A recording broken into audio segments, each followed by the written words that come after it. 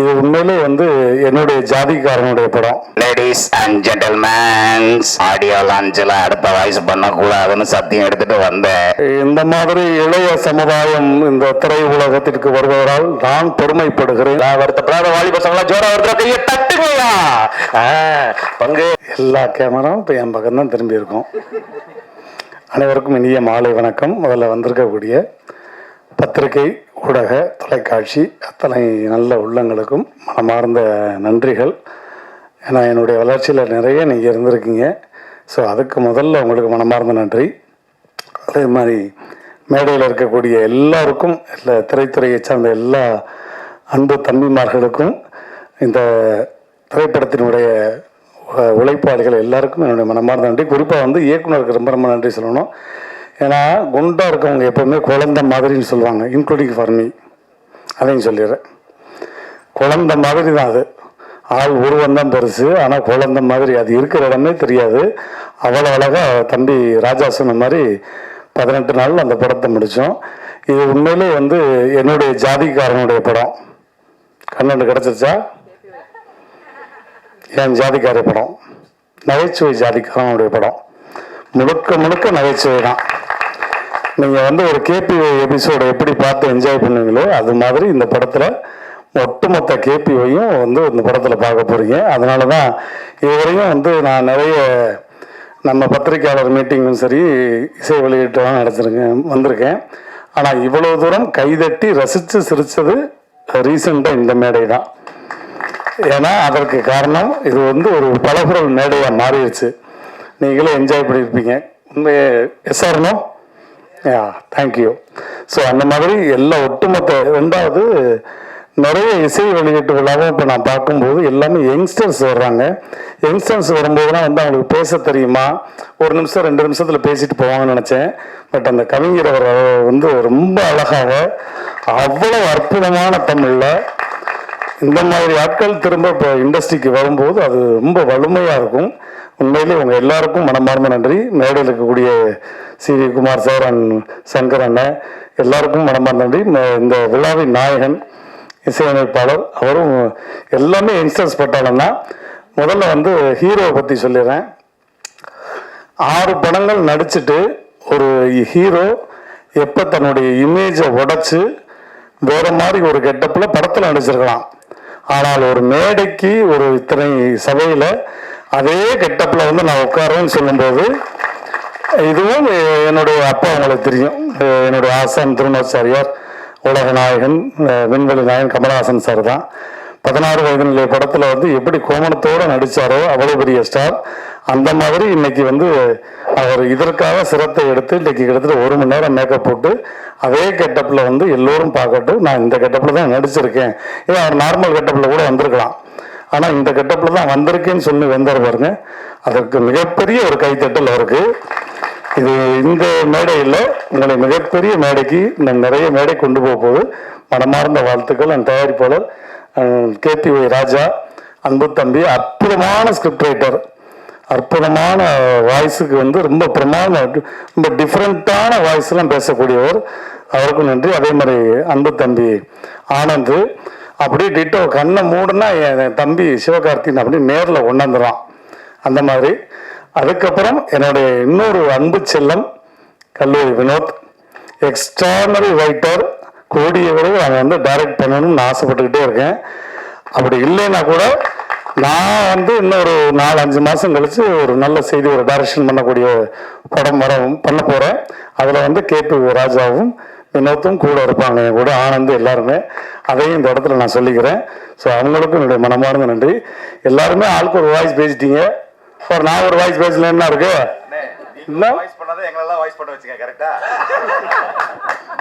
எப்படி போட்டு வராங்க பாருங்க. இருந்தாலும் உங்களுக்கான ஒரு வாய்ஸ், அது என்னுடைய ஆசானுடைய வாய்ஸே தான்.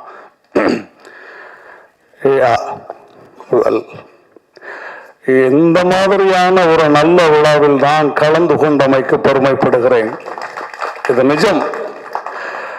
இந்த மாதிரி இளைய சமுதாயம் இந்த திரை உலகத்திற்கு வருவதால் நான் பெருமைப்படுகிறேன்.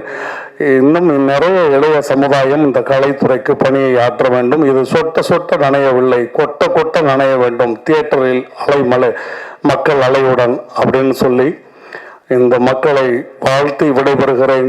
நன்றி, வணக்கம். எல்லாருக்கும் வணக்கம். எல்லோரும் நல்லா இருக்கீங்களா? சத்தமாக சொல்லாமே நல்லா இருக்கும் அப்படின்னு. சூப்பருங்க, ரொம்ப சந்தோஷம்.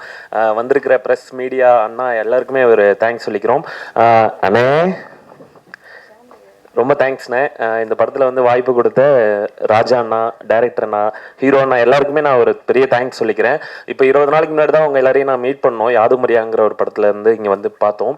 இப்போ இந்த படத்தில் வந்து சாதா ஸ்டாராக இருந்த என்னை பேன் இந்தியா ஸ்டாராக மாற்றிட்டீங்க. அந்த மாதிரி ஒரு ரோல் பண்ணியிருக்கேன். இதில் காமெடியாக இருக்கும், நல்லா இருக்கும், சூப்பராக வந்திருக்கு. கொஞ்சம் டிஃப்ரெண்ட்டாக வந்து என்னை கெட்டப்லாம் சேஞ்ச் பண்ணி நடிச்சிட்டு இருந்த மாதிரியே எல்லாமே இதில் ஒரு வித்தியாசமான ஒரு கேரக்டரு. படமே செம்ம ஜாலியாக வந்திருக்கு. அப்பா சொல்லணும், ஹீரோனாக்கு அப்பாவா பண்ணியிருக்காங்க இல்லையா, அவருக்கு நல்ல ஒரு பெரிய கைத்தட்டல் கொடுக்கலாம். ஏன்னா அவ்வளோ என்டர்டைன்மெண்ட்டாக இருக்கும் செட்டில், அவ்வளோ ஜாலியாக வச்சுருப்பாரு. இந்த மாதிரி ஒரு ஃபேமிலி கூட ஒர்க் பண்ணதில் வந்து ரொம்ப சந்தோஷம். அடுத்தடுத்து என்ன பண்ணணும்னு தேடிட்டு இருக்கும்போது இந்த வாய்ப்பு கிடச்சிது. இந்த வாய்ப்பை வந்து கரெக்டாக யூஸ் பண்ணியிருக்கோம். அப்புறம் ஹீரோயின்ஸ் அவங்களாம் வந்து சூப்பராக இருக்காங்க, அவங்களும் வந்து சூப்பராக பண்ணியிருக்காங்க.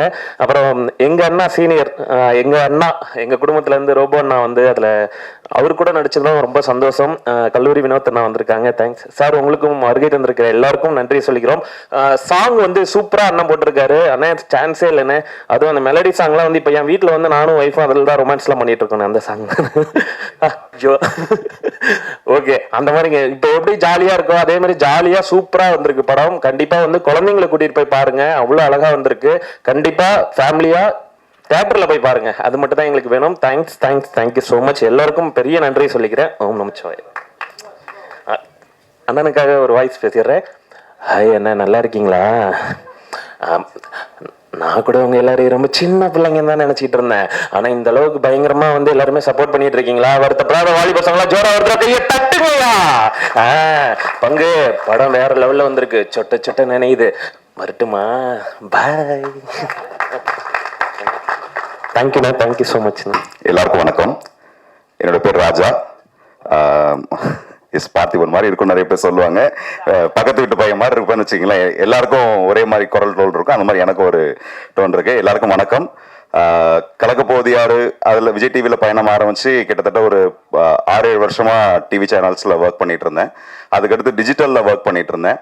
இப்போ எல்லா நடிகருக்கும் இருக்கக்கூடிய முதல் கனவு அப்படின்றது வந்து 70mm தன்னோட முகத்தை பார்க்கறது தான். உண்மையா இந்த மேடையில் வந்து யார் சந்தோஷமா இருக்காங்களோ இல்லையோ, சத்தியமா நான் சந்தோஷமா இருக்கேன். இந்த ப்ரிவியூ போடும்போதே என் முகத்தை இவ்வளோ பெரிய ஸ்க்ரீன்ல பார்க்கும்பொழுது ரொம்ப சந்தோஷமா இருக்கு.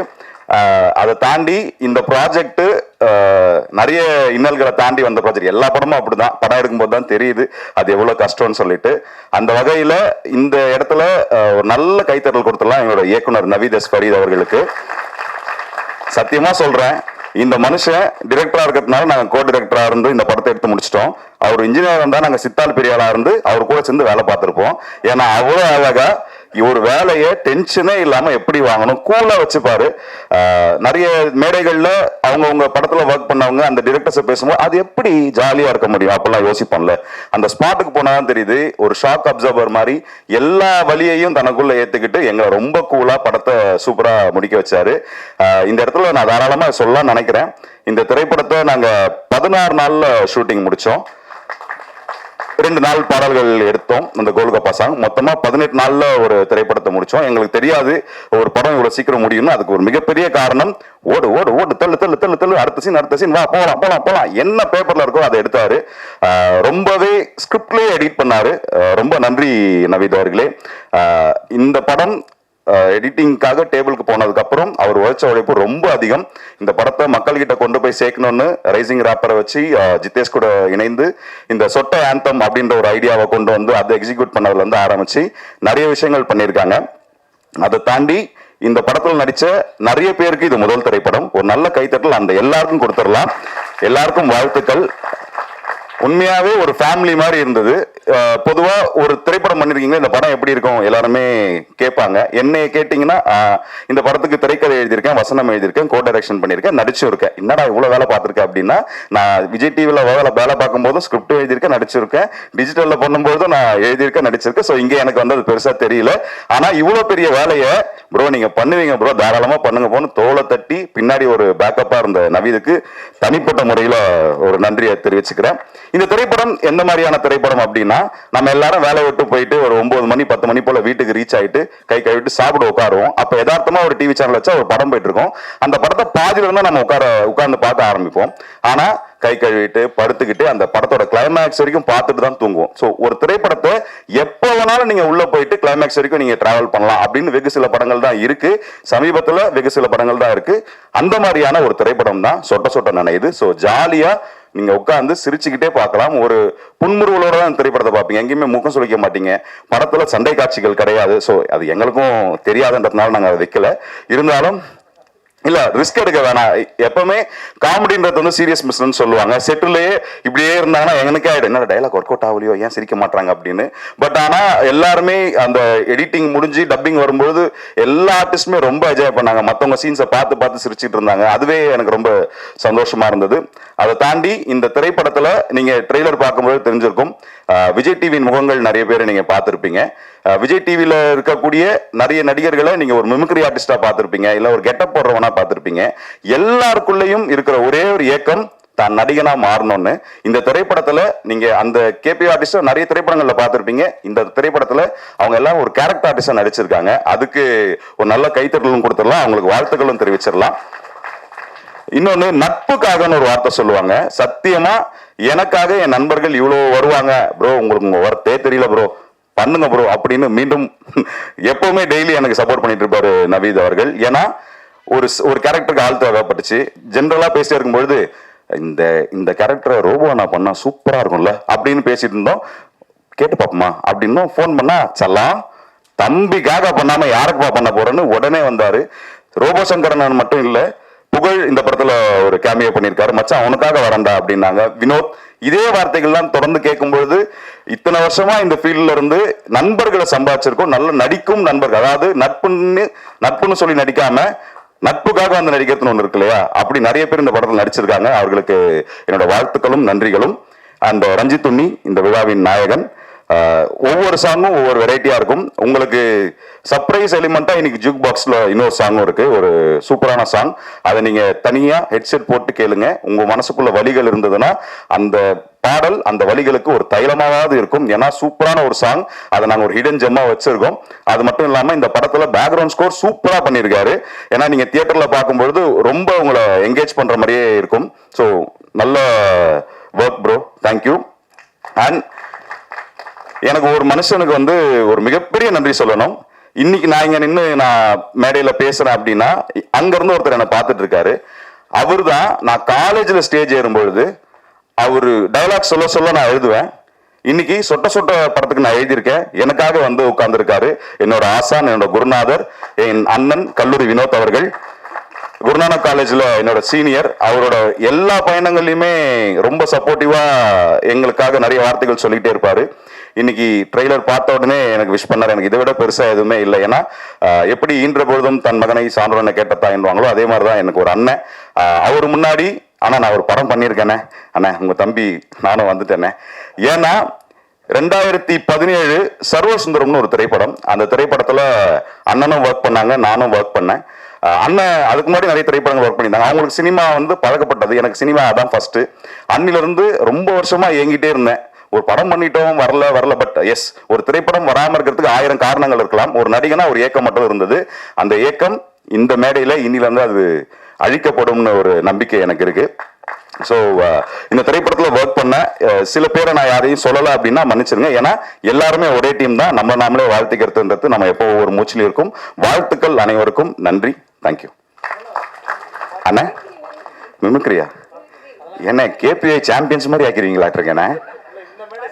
இல்ல வந்த உடனே ஜெனரலா பார்த்திபன் சார் அப்படின்ட்டீங்களே, அது இயல்பா வருது. ஸோ இந்த மேடையில பார்த்திபன் சார் அவர் வந்து நம்ம படத்துக்காக பேசியிருந்தா.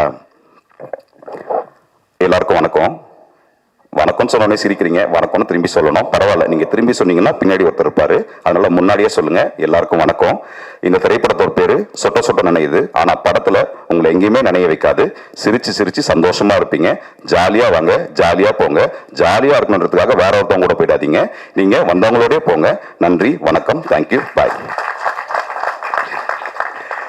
ஸோ ஏமா நிறைய ஞாபகம் வச்சிருந்தேனே, பட்டுன்னு ஒரு வாய்ஸை கேட்டு முடிச்சு விட்டீங்க. அண்ட் எம்ஆர் ராதா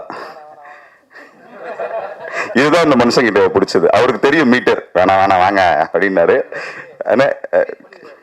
அப்படியா எங்க இயக்குனர் சொல்லிட்டாருன்னா தட்டுறதுக்கு ஒன்றும் இல்லை. கடைசியா ஒரே ஒரு விஷயம் பேசணும், அதை நான் அண்ணன் கிட்டதுக்கு எம்ஆர் வயசுல பேசுறேன்.